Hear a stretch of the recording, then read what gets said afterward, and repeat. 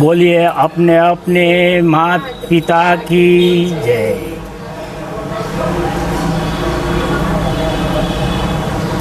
હવે આ સંસારની અંદર મનુષ્યને બીક આપી દીધી છે કે ઉપર કોઈ ભગવાન છે, સ્વર્ગ છે, નરક છે.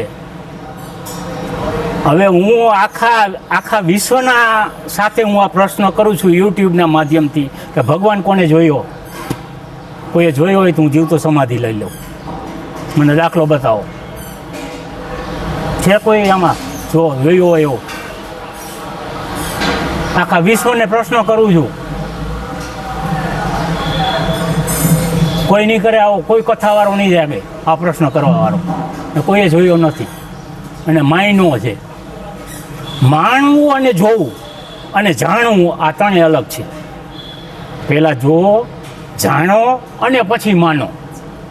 એમને માની લેવાનું. મંદિરમાં જાઓ, મૂર્તિ હોય, એમાં ઓલા બ્રાહ્મણ કહે છે કે અમે આમાં પ્રાણ પ્રતિષ્ઠા કરીને જીવ પૂરી દીધો હોય તો એને હુઈઓ લઈને મારી જુઓ એકવાર. ટાંચણી મેં તો ભૂવાને મારેલી છે. ધૂણતા ધૂણતા મીંડા બોલવા લાગ્યું, રોયું, મીંડા રાડું નાખવા. એટલે કોઈ મંદિરની મૂર્તિમાં લોહી નીકળે નહીં. તો એને ખવડાવો ને પીવડાવો ને એની ગુલામી કરો. શું પણ કરો? અરે કરો તમારા મા બાપની ગુલામી. એને બધું તમને આપ્યું છે. કરો તમારા ગુરુની. ગુરુ કોણ? મારા ગુરુ છે. આજે હું માની રહ્યો છું. જે મારે એક જ્ઞાન આપવાવાળા અને મને જિંદગીમાંથી બેઠો કરવાવાળા પાછળ બેઠા છે. કરશનભાઈ પટેલ, કે માધરોજા. આજ માનું છું. મારી એવી પરિસ્થિતિ હતી, મેં કોઈ પણ હાથ લાંબો નથી કર્યો. આજે એક દી અમે બે બેઠા હતા તો એને ખબર નહોતી મારી કે એને આટલો મને સહકાર આપ્યો. એને પોતાને ખબર નથી. આ એની માનતા કહેવાય. તો આ વ્યક્તિને માનો કે તમને કોઈએ જિંદગીમાં હેલ્પ કરી હોય, એ મહાન છે. જીવતો જાગતો દાખલો. કોઈ ભગવાન આવ્યો? કોણ ભગવાન એક ભૂંગરૂપ ચોકલેટ કે એક રૂપિયો તમને આપ્યો? દાખલો બતાવો એક પણ હોય તો. આખા વિશ્વની અંદર ભગવાન ખાલી અહીંયા હિન્દુસ્તાનમાં જ છે, બીજે નથી. હવે એક કહાની છે, કહાની સમજવા જેવી છે. Bombay to Haridwar train. આ બોમ્બેથી ટ્રેન ઉપડી, એમાં 4 જુવાનિયા છોકરાઓ હરિદ્વાર જાય છે નાહવા માટે. માણસો નાહવા હરિદ્વાર શું કરવા જાય છે? અને કથાકારો કહે છે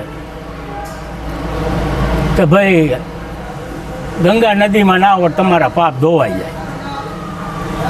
હવે જો આગળ શું થાય છે.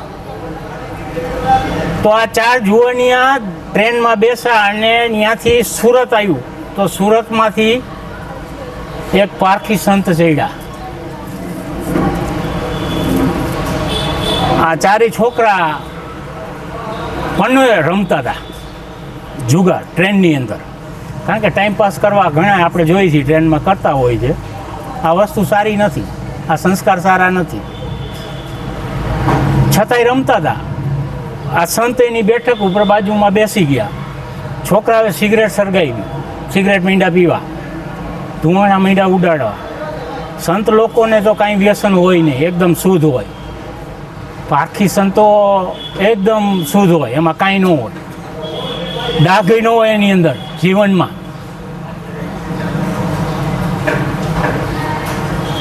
આ સંતને ગમે નહીં, એટલે સંતથી રહેવાનું નહીં. સંત એને કહેવાય અસલ કે જે તમારામાં અવગુણ હોય તમને મોઢે કહી દે. લીલી લાઈટ થાય છે ને, ચાલુ છે ને શૂટિંગ.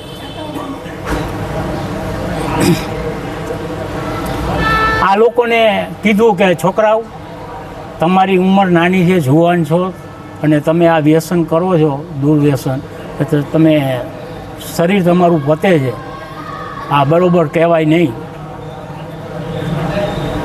એટલે આ સંતને કીધું ભાઈ અમે તમને કાંઈ કહી છીએ, તમે તમારી રીતે શાંતિથી ત્યાં બેસો, અમને મોજ આવે એમ કરી. ભાઈ આ તો જુવાની. કારણ કે સંસ્કાર નથી એનામાં. સંત હંમેશા સાચું કહે. એક સંત જ કયા કે એ કેવા પારખી સંત હોય એ કયા કે, બાકી તો જે કરતા હોય કરવા દો ને કઈથી. આ કથામાં હાલે છે એવું બધું હાલતું હોય છે, કાંઈ ન બોલે કથાવાળો. એક સંત કયા સાચું. તો આ છોકરા મહિનાની થોડોક આગળ ટાઈમ થયો ત્યાં મીંડા દારૂની બોટલ કાઢવા, ગ્લાસ મીંડા ભરવા, દારૂ મીંડા પીવા. સંતા જોવે છે, હરવે દારૂ પી લીધો. પછી જમવાનો ટાઈમ થઈ ગયો, પછી જમે તો નોનવેજ કાઢ્યું, મુર્ગાને એવું અલગ અલગ બધા ટિફિનમાં લાવેલા, કોઈનામાં મચ્છી, કોઈમાં ઘોટા બકરા ને એવું. ચારેયના ટિફિન ખોલ્યા અને આવું નોનવેજ ખાય. સંત બધું જોવે છે કે આ બધું ખોટું થાય છે. જમી લીધું પછી આ સંતથી રહેવાનું નહીં. પછી એમની નજીક ગયા એકદમ છોકરાઓ પાસે કે જુવાની આ છોકરાઓ, તમે આ પાપ કરી રહ્યા છો, તમે આ જીવતા જીવની હિંસા કરો છો, કે તમે આમાં કાલે સવારે કોઈ તમારા સગા હોય, તમારા કુટુંબીજન હોય, એને કોઈ મારીને ખાય તો આ બે વસ્તુ એક જ થઈ. તો કે અમે ક્યાં માર્યા છે આને? ભાઈ મારવાવાળો પાપી છે અને ખાવાવાળો ભોગ બને છે આનો. બેયના કર્મ ખરાબ છે. આ જંજીર બાંધી, બેડી બાંધી છે પાપની. આ છોકરાઓનું આ લોકો એકેય સંત માને નહીં. છોકરા ટ્રેન આગળ વધતી જાય છે તો કે અમે હરિદ્વાર જ જઈએ છીએ કે અમારી પાસે એક ચાવી છે કે અમને પાપ કોઈ લાગે જ નહીં. સંતોને કે તમે અમને આવા કંઈ ઉપદેશ દોમાં, તો કે અમારી પાસે ચાવી છે. ઓલા સંતોને એમ થયું કે ભરી આવા જુવાનિયા પાસે આવા પાપની ચાવી તો અમારી પાસે નથી, તો આની પાસે શું એવી ચાવી છે? તો છોકરાઓને કે હવે તમે આ બતાવો. તો કે અમે ગંગા નદીમાં જ નાહવા જઈએ છીએ, 12 મહિનામાં 2 વાર જઈએ છીએ, અમે બધાય પાપ કરી છીએ, કોઈ છોડતા નથી. તમે જેને પાપ કર્યો છો ને એ બધાય કામ અમે કરી છીએ. ચોરી, હિંસા, બળાત્કાર, આ તે વિભચાર, માંસાહારી બધું કરી શીખી. ગંગા નદીમાં નાહી લઈએ છીએ, અમને કથાવાળાએ કીધું છે. આ ભ્રમ બધાયમાં ભર્યો છે. હું પ્રયાગરાજ મેળાની અંદર 14-15 દિવસ ગયો છું. પાણી બોયરું નથી ગંગા નદીમાં, પગ કે હાથ બોયરો નહોતો. જાવ જરૂરી છે. જ્ઞાનની ગંગામાં નાહવાની છે. જ્ઞાનરૂપી ગંગા. કુંભ મેળો એટલે રાખ્યો છે અહીંયા કે આખા હિન્દુસ્તાનના સંતો, મોટા મહંતો હોય, સારા ગુરુજનો હોય, ત્યાં પબ્લિકનું કેમ સારું થાય એના માટે આ કુંભ મેળો રાખ્યો છે. અત્યારે મનોરંજન થઈ ગયું છે ને મેળામાં કેવા કેવા કામ થાય છે. એટલે આ સંતોને કીધું કે ભાઈ અમે લોકો ગંગા નદીમાં નાહીશું ને અમારા પાપ ધોવાઈ જશે. સંતે હરિદ્વાર જ જતા હતા, બધા સાથે ગયા. સંતને એમ થયું આ છોકરાઓને એકવાર સુધારી દેવા છે, આ સંતોનું કામ છે. સાથે ગયા ગંગા નદીમાં. છોકરા સવારે સ્નાન કરવા પડ્યા, પાણી ઠંડુ હતું. તો શું કર્યું? પહેલાંથી વ્યસન એવું કર્યું દારૂનું, અને પછી નદીમાં પડ્યા નાવા, ઠંડુ પાણી ન લાગે. એમ કે પાપ તો ધોવાઈ જવાના છે, કથાવાળાએ કીધું છે. આપણે ક્યાં બીક છે? ગંગા નદીમાં જાય બધું. પાપ તો ગંગા નદી લઈ જવાની છે. આ માન્યતા બધામાં ભરી છે, કાઢી નાખજો. ગંગા નદીમાં નાશો, શરીર ફ્રેશ થશે, શરીર ઉપરના મેલ હશે એ નીકળી જશે, બાકી કાંઈ થશે નહીં. તો કોઈ ગંગા નદી ઉપર આ બીજો ભરોસો રાખતા નહીં, આટલો રાખવાનો.